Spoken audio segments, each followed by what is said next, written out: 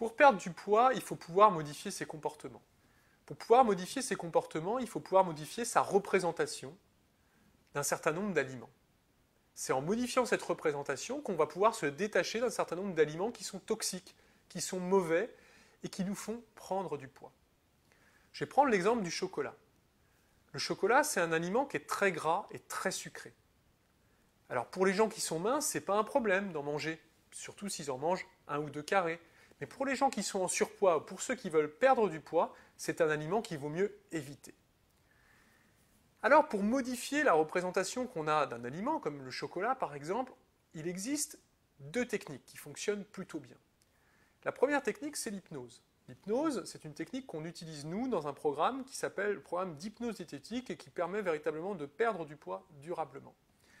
Et puis il y a une deuxième technique qui peut bien fonctionner, c'est ce qu'on appelle la PNL, programmation neurolinguistique.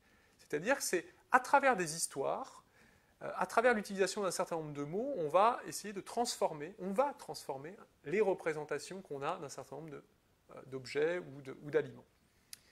Alors aujourd'hui, je vous propose une séance spéciale pour modifier votre représentation du chocolat. Alors si vous voulez gagner en efficacité, il faudra regarder cette séance plusieurs fois. Et pour réaliser cette séance, l'idéal, c'est tout simplement de s'installer confortablement et de fermer les yeux, ce qui va vous aider à vous concentrer sur ma voix, à vous concentrer sur l'histoire que je vais vous raconter et surtout sur les images, les sensations qui vont être associées à cette histoire.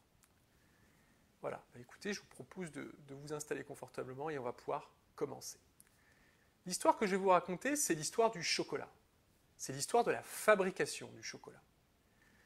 Et pour se représenter clairement la manière dont est fabriqué le chocolat, je vais vous demander de voyager dans l'espace et d'aller dans un pays chaud. Parce que c'est là que poussent les cacaoyers, qui sont des arbres qui vont produire les fèves de cacao qui vont servir à produire ensuite le chocolat.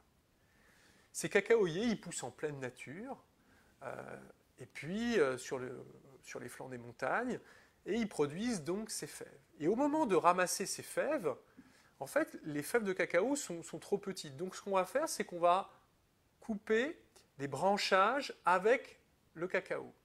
Et on va emmener donc branchages et cacao dans des endroits pour le stocker en attendant qu'il soit envoyé pour être transformé en chocolat.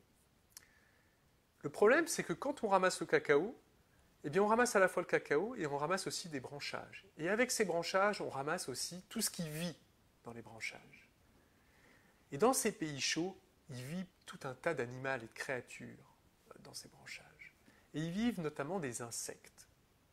On va y trouver des vers, on va y trouver des araignées, on va y trouver des mouches, on va y trouver des pince-oreilles, des limaces, tout un tas d'animaux qui vivent sur le cacaoyer. Et je voudrais que vous vous concentriez, tout en fermant les yeux, sur les images de ces insectes. L'araignée avec ses pattes velues, la limace avec sa bave, le pince-oreille qui rampe sur la branche, les vers qui gesticulent, qui rampent également sur les feuilles pour s'en nourrir. Et tous ces insectes que vous représentez parfaitement bien, qui doivent générer en vous une sensation de dégoût, d'écœurement, de peur, tous ces insectes, en fait, dans la fabrication du cacao, parce que pour gagner du temps, tout simplement, on va enlever une partie des branchages, bien sûr, on va essayer de nettoyer au mieux les fèves de cacao, mais on ne va pas pouvoir les nettoyer totalement, ce qui fait qu'il va rester tous ces insectes, ils vont être intégrés aux fèves de cacao qui vont servir à fabriquer le chocolat. Ils vont être mélangés aux fèves de cacao. Ce qui fait que quand vous mangez du chocolat, quand vous mangez un carré de chocolat, vous avez forcément des petits morceaux d'insectes, d'araignées, de vers, de pince-oreilles, de limaces qui restent à l'intérieur de ce carré de chocolat. Et quand vous les mangez, vous mangez aussi tous ces insectes avec. Voilà, concentrez-vous bien sur l'image de ces insectes qui sont dans le chocolat et sur cette sensation de dégoût que vous devez éprouver maintenant vis-à-vis de cet aliment qui est finalement pas si sain que ça, qui finalement cache des secrets qui vous donnent tout de suite moins envie d'en manger, même qui vous donnent plus du tout envie d'en manger, pour le coup. Voilà, j'en ai fini avec cette première histoire.